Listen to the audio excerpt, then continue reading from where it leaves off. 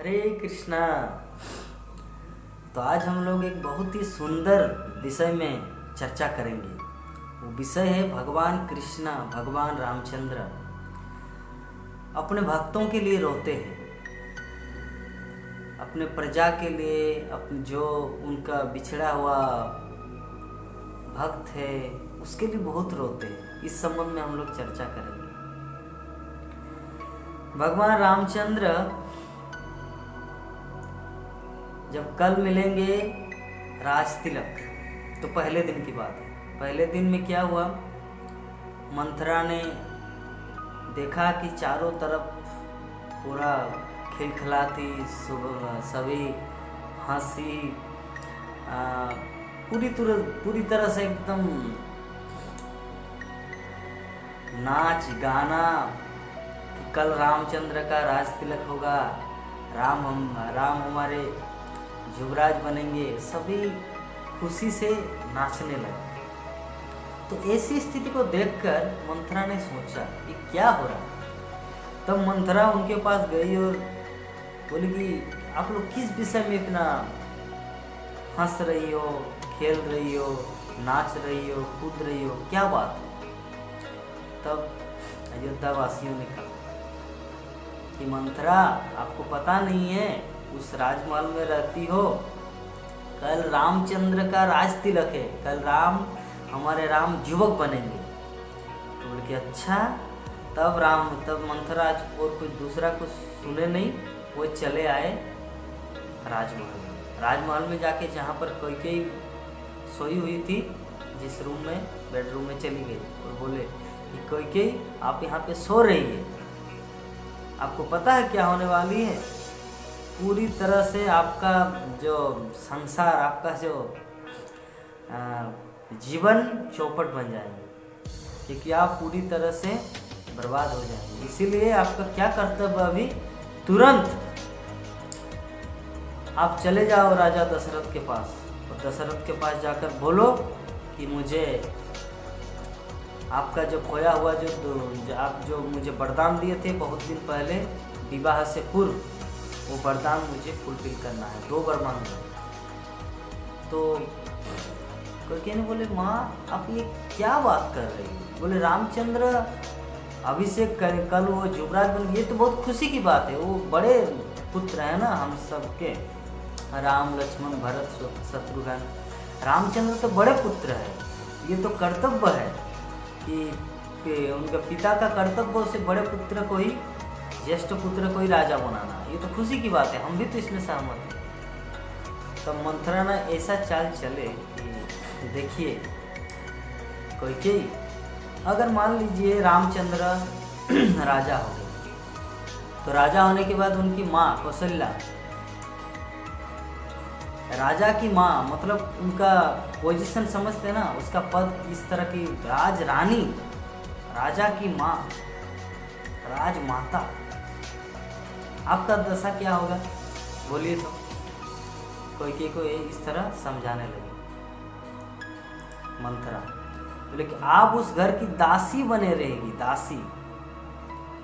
कौशल्या राजमाता बनेगी और आप कैकेयी आप दासी बन जाएंगे, और आपका पुत्र भरत वो भी दास बनेगा राम का, और कुछ नहीं होगा। अभी ओनली 1 रात का समय है, अगर आप चाहेंगे तो तुरंत जाके चीज़ को बदल सकते हैं, अन्यथा पूरा जीवन भर दासी के रूप में अगर आपको जीना है, घूंट घूंट कर जीना है, तो आप करो, मैं आपको कुछ बोलने वाले नहीं हूँ। तो मंथरा ने बहुत सोचा, बहुत समझाया, लेकिन फिर भी कैकेयी मान नहीं रही है। तब मंथरा ने मंथरा ने एक नाटक किया। नाटक मतलब वो बात ही नहीं कर रहे, साइड मुंह को मोड़ दिया। तब कैकेयी उनके दिमाग में कैकेयी के दिमाग में एक चीज़ आ रहा है कि आप इस घर की दासी बन के रहेगी, आपका पुत्र भरत दास बन के रहेगा। ये बार बार उसके माइंड में रिमाइंड बार बार आ रहा है, बार बार याद आ रहा है। तो वो मंथरा को बोले कि अच्छा ठीक है मंथरा, हम आपकी बात से सहमत है कि हम दासी बनेंगे, मेरा पुत्र दास बनेगा, और कौशल्या राजमाता बनेगी, भगवान रामचंद्र राजा बनेगा। लेकिन अभी क्या करें हम, मुझे बताइए, मुझे बुद्धि दीजिए मंथरा, मुझे गाइड कीजिए, मुझे निर्देशन दीजिए कि मैं क्या करूं। तब मंत्रा बोले ठीक है, एक काम करो, आप यहाँ पर एक काम कीजिए, आप सो जाइए, काली मतलब ब्लैक काला ड्रेस पहनिए, और काली ड्रेस पहनने के बाद आप इस तरह नागिन की तरह, जैसे आप राजा से बहुत नाराज हैं, और जब राजा आपको मनाने के लिए आएंगे तब आप उनको बोलना कि मुझे कुछ नहीं चाहिए। तो बोले कि क्यों, आप मुझसे बात क्यों नहीं कर रहे हो, राजा आपको बोलेगा। मंथरा ने सब बुद्धि दे रहा, प्लान कर रहे हैं कैसे दशरथ आपके रूम में आएंगे और दशरथ को कैसे आप उसे जवाब देना है। तो जब दशरथ आएंगे, तो दशरथ जब आएंगे तो उनको ऐसे नाटक करना, बात ही नहीं करना, उनकी तरफ मुंह मोड़ के नहीं देखना। तब फिर राजा दशरथ आपको बोलेंगे, मैं आपको हाथ जोड़ के बोल रहा हूँ, आपकी क्या हुआ है मुझे बताइए। तब आप उसे याद दिलाना कि महाराज आपको याद है कि आप एक बार युद्ध क्षेत्र में गए थे, तो आपका प्राण बहुत ही संकट में था, शत्रु आपको इस तरह वार कर रहे थे, आपका मृत्यु होने वाले थे, लेकिन मैं वहाँ पर जाके मैं वहाँ पर जाके आपको सेव किया, बचाया, और उसके बाद आपको मैं अपने राजमहल में ले आया। और उसके बाद आपने मुझे बताया था कि कैकेयी आप मुझे 2 वर मांग लो। तो मैंने उस समय आपको बोला था कि महाराज जब समय आएगा तब मैं वो वर मांग लूँगा। तो जिसके कारण आप भी सहमत हुए, ठीक है, जब समय आएगा जिस टाइम आप मांगेंगे मैं 2 वर दे दूँगा। तो उस समय आप मुझसे शादी कर लिए, शादी तो हो गया, लेकिन मैं आपसे 2 वर अभी तक मांगी नहीं, तो मैं वो 2 वर का डिमांड अभी करने वाला हूँ। तो कह के दशरथ बोले ठीक है, इसमें तो बड़ी खुशी की बात है, आप कभी भी मांग सकते, अभी भी मांग सकते, बताइए क्या चाहिए। तब कैकेयी बोले कि पहला, मेरा पुत्र भरत राजा बनेंगे, युवराज बनेंगे कल। दूसरा कि रामचंद्र 14 वर्ष के लिए अयोध्या छोड़कर वन चले जाए। 2 वर्ष, एक भरत राजा बनेंगे, दूसरा रामचंद्र वन को चले जाएंगे। 2 वर्ष। अभी तो दशरथ का हृदय, उनका जीवन ऐसा लग रहा है कि मैं मर गया।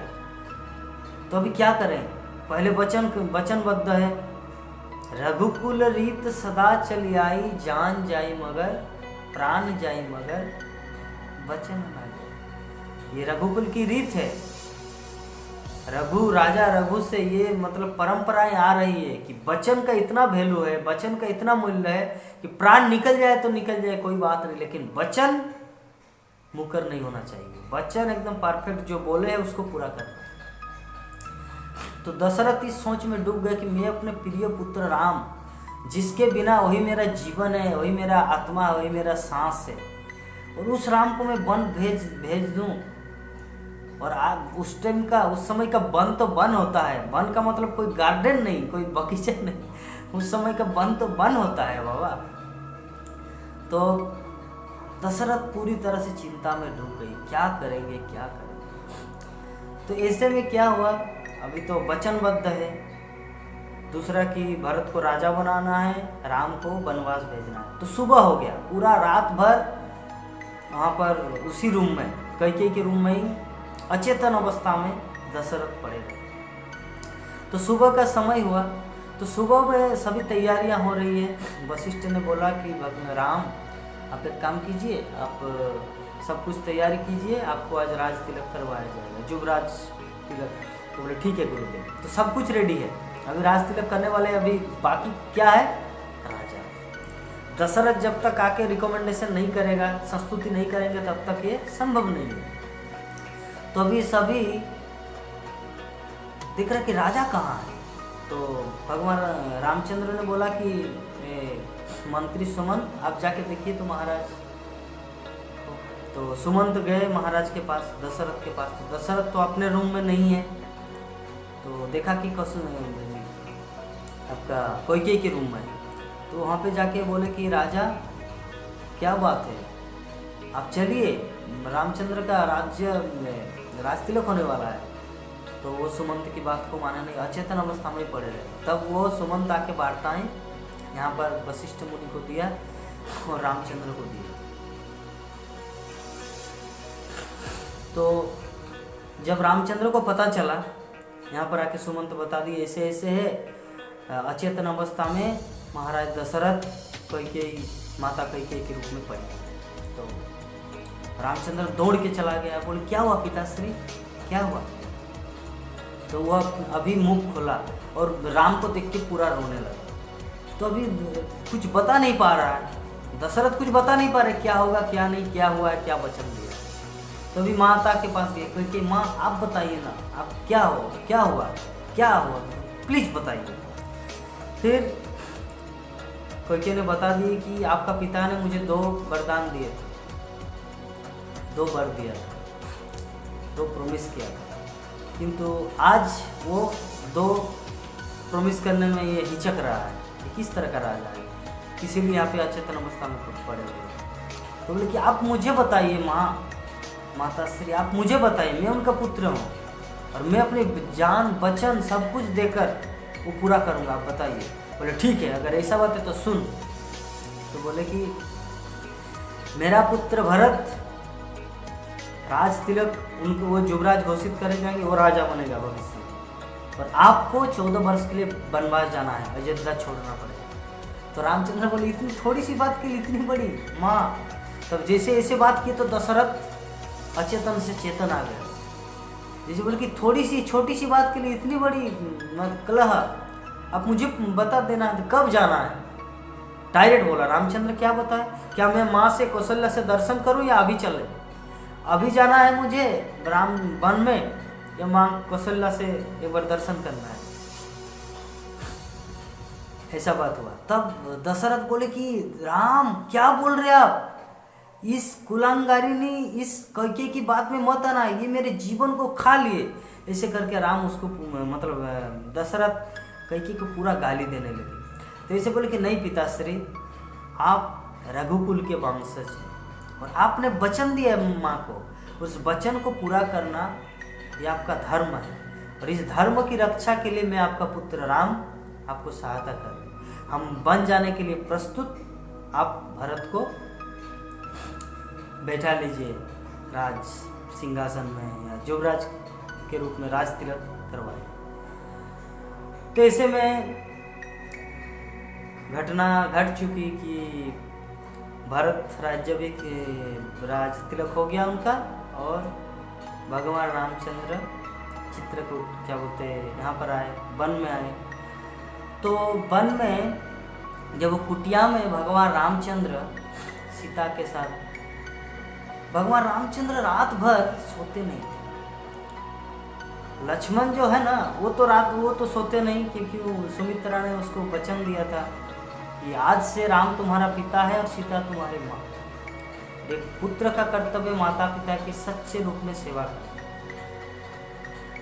इनको इस तरह अनुभव करवाना कि इनको कभी दुख फीलिंग ना हो कि हम वन में हैं, ये सदा अनुभव करे कि राजमहल में है। इस तरह आप उसे सुख देना, सुमित्रा ने लक्ष्मण को बोले। तब लक्ष्मण क्या करते थे, पूरा रात भर पहरेदारी करते थे कुटिया के बाहर, और रामचंद्र सीता तो सो जाती थी, लेकिन राम रोते थे। तुलसीदास, गोस्वामी तुलसीदास रामचरितमानस में लिखा है, जब जब राम बध सुधि करेगी, तब तब बारी बिलोचन भरेगी। सुमरि मात पितु परिजन भाई, सुमिर मात पितु परिजन भाई। भरत स्नेहु परिजन किलकाई, भरत स्नेहु सेवक किलकाई। लक्ष्मण देखते थे कि रात रात भर राम क्रंदन करते थे, उनके आंखों से अश्रु की धारा बहती थी, पूरा रोते थे। किस कारण रोते थे? रोने का कारण क्या है? लक्ष्मण समझ लो, क्या मेरी सेवा में कोई त्रुटि है? मैं फल ला देता हूँ, भोजन परसता हूँ, लकड़ियाँ काट के लाता हूँ, किसी भी प्रकार की कुछ असुविधा नहीं थी, लेकिन फिर भी भगवान रामचंद्र क्यों रोते? तो लक्ष्मण इस दशा को देखते थे। तो इस दशा को देख के रामायण में लिखा है कि जब जब राम अवध सुधि करे। भगवान रामचंद्र जब अवध में, अवध का अर्थ होता अयोध्या, जब राम अवध सुधि करे, जब भी भगवान रामचंद्र अयोध्या के बारे में सुधि मतलब मेमोरी, रिमेम्बर, करता है। जब राम अयोध्या के बारे में सोचता है, तब बारी बिलोचन भरे। तब बारी मतलब आंसू, बिलोचन मतलब आंखें, आंखों से आंसू की धारा, बिलोचन भरी कर रही, बिलोचन भरी। जब राम अयोध्या, जब भी राम अयोध्या के बारे में सोचते थे, तब भगवान रामचंद्र की आंखों में आंसू, आंखों में अश्रुधारा बहती थी। तब बारी बिलोचन भरी, कि क्यों उसकी आंखों में आंसू आता था? सुमरी मात पितु परिजन भाई, क्योंकि वो स्मृति वो याद करता है, माता पिता परिजन भाई। सुमरी मातु पितु परिजन भाई, अपने माता पिता परिजन भाई को जब सोचते थे। भरत स्नेहु सेवक किलकाय, और भरत के साथ शत्रुघ्न सेवक, समझ पूरा राज्यसभा में जितने सारे लोग सेवक किलकाय, वहाँ पर जो कि पूरे अयोध्यावासी लोग कितना किलकाय, कितना सुंदर रूप से आनंदित रहते थे राम के साथ। राम जब अयोध्या में थे, या हम जब अयोध्या में, राम सोच रहे हम जब अयोध्या में थे तो अयोध्या में कितना सुंदर सभी आते थे राजमहल में, सभी किलकाई मतलब आनंद, हर्ष के साथ, उल्लास के साथ पूरा अयोध्यावासी कितना सुंदर। लेकिन मैं अभी अकेला इस वन में, कोई आनंद नहीं। आनंद की बात नहीं है, मतलब रामचंद्र सोच रहा है कि जब हम अयोध्या में थे तो कितना सुंदर वातावरण था। जब राम अवधि सुधि करे ही, तब बारी बिलोचन भरे, सुमिर मात पितु परिजन भाई, भरत स्नेहु सेवक। ये राजमहल का वातावरण। तो भगवान रामचंद्र इस तरह रात भर चाहते, रात भर रोते रहते। यही दशा भगवान कृष्ण का भी, जब भगवान श्री कृष्ण गोपियों को छोड़कर ये तो वन में आ गए, भगवान रामचंद्र वन में आए, इसलिए राजमहल या अयोध्या के बारे में सोच के रोते थे। लेकिन भगवान कृष्ण गोकुल वासियों को, वृंदावन वासियों को छोड़कर जब द्वारका में वास कर रहे हैं 16,108 पटरानियों के साथ, राजमहल, अनंत वैभव, किसी भी प्रकार के कुछ कमी नहीं है। एक गिलास पानी बोलने के लिए 16,108 गिलास आ जाते थे, है ना। कई अगर चरण दबाने के लिए बोलते थे कृष्ण तो 16,108 × 2 आते चरण दबाने के लिए, 16,108 रानी आ जाते थे चरण दबाने के लिए। इतना सुख सुविधा वैभव, लेकिन फिर भी कृष्ण का मन, फिर भी कृष्ण रोते रहते थे। सब समय कृष्ण रोते रहते थे, पल। क्यों? जब वो गोपियों की या माता पिता, नंद महाराज, यशोदा, वृंदावन के गाय ग्वाले, बछड़े, सबको याद करते कृष्ण रोते। तो ये आज का टॉपिक था, भगवान कृष्ण अपने भक्तों के लिए रोते। इसीलिए हम लोग को भी समझ रहे हैं भगवान कृष्ण हम सब के लिए भी रोते हैं। क्यों रोते हैं कृष्ण? क्योंकि हम सब उनसे बिछड़ के बहुत दूर आ गए। भगवान रहते गोलोक वृंदावन में, गोलोक एवं निवसति अखिलात्म, किंतु हम सब इस जगत में आके दुख भोग रहे हैं। हम सब उनके पुत्र हैं, संतान हैं।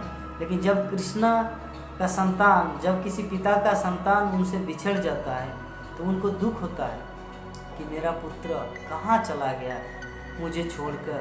कितना दुख उठा रहे हैं, न उसे अच्छी तरह खाना मिल रहा है, न उसे रहने के लिए अच्छा घर है।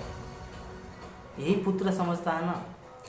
धनी पिता का पुत्र तो ऐसे ही अवस्था में, क्योंकि उसको पता नहीं मेरा पिता कौन है, भिखारियों की तरह पूरा द्वार द्वार भटक रहे हैं। उसी तरह हम लोग इस जगत में आके आत्मा होने के नाते हम लोग भगवान का संतान है। मौमे वांग से जीवलों के जीवभूत सनातन, किंतु हम लोग भगवान कृष्ण को भूल चुकने के कारण यहाँ पर पूरी तरह से सिर्फ दुख उठा रहे हैं, दुख उठा रहे हैं। तो इस दुखी अवस्था को कृष्ण सब कुछ देख रहे हैं अंतर्यामी परमात्मा के रूप में। तो कृष्ण बस सोच रहे हैं, कृष्ण एक बार मुझे एक बार बोल दे वो जीव कि हे कृष्ण, आप मेरे पिता है, आप मेरी रक्षा करें, मैं आपका शरणागत हूँ। कृष्ण बार बार बोलते एक बार मुझे बोल देना, सर्वधर्मान् परित्यज्य माम एकम शरणं व्रज अहम ताम सर्व, मैं आपका समस्त दुख से दूर कर दूंगा, समस्त पापों से दुख, एक बार मेरी शरण में आ। कृष्ण बार बार बोल रहे हैं सर्वधर्मान् परित्यज्य माम एकम शरणं व्रज। लेकिन जीव जब इसे नहीं कर रहे तो कृष्ण हमारे लिए रोते। कृष्ण हम सब के लिए बोल के गए कि मेरी शरण में आओ और सुखी हो जाओ। चैंट महामंत्र भी हैप्पी, श्रील प्रभुपाद दे के गए हैं। महामंत्र का जप करो, हरे कृष्णा कृष्णा कृष्णा हरे हरे, हरे राम राम राम हरे हरे, और खुशी रहो। लेकिन वो भी जीव नहीं कर रहा है, तो चैतन्य महाप्रभु भी रो रहे। इसीलिए हम लोग को थोड़ा भगवान को सपोर्ट करना। अगर भगवान की आँखों के आंसू को पोंछना है तब बारी विलोचन भरे।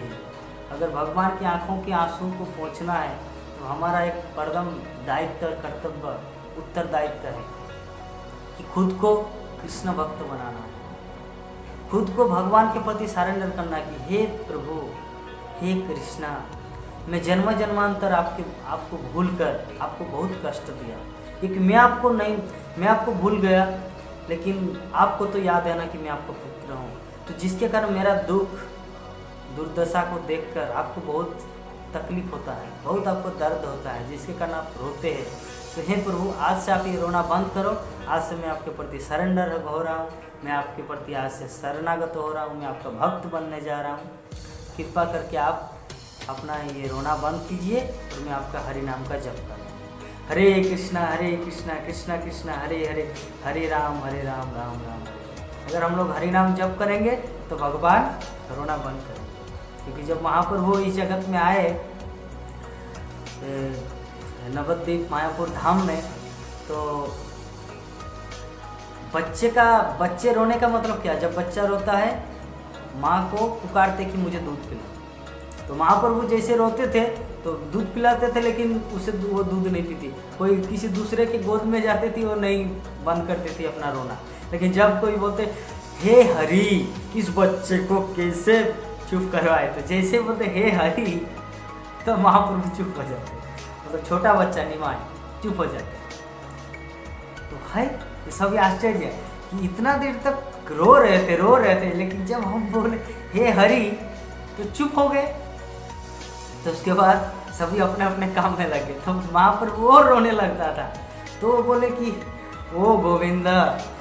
तब कोई बोलते ठीक है चलो तो एक बार देखते हैं, महामंत्र हम लोग जप करेंगे। फिर हरे कृष्णा कृष्णा कृष्णा हरे हरे, हरे राम राम राम हरे। जैसे हरे कृष्ण महामंत्र जप करते थे, महाप्रभु पूरा हंसता था, पूरा खिलखिलाते थे, पूरा मुस्कुराते थे। तो वैसे ही अगर भगवान कृष्ण को, भगवान रामचंद्र को, भगवान श्री चैतन्य महाप्रभु को हंसी खुशी देखना चाहते हैं, अगर हम लोग भक्त हैं, तो हमारा कर्तव्य भगवान को हंसी या मुस्कान उसके चेहरे में हमेशा बनी रही, सर्वदा भगवान कृष्ण प्रसन्न रहे। तो हम लोगों को ये चीज़ करना है क्या? हरे कृष्ण कृष्ण कृष्ण हरे हरे, हरे राम राम राम हरे हरे। हरे कृष्ण कृष्ण कृष्ण हरे हरे, हरे राम राम राम हरे हरे। हरे कृष्ण कृष्ण कृष्ण हरे हरे, हरे राम राम राम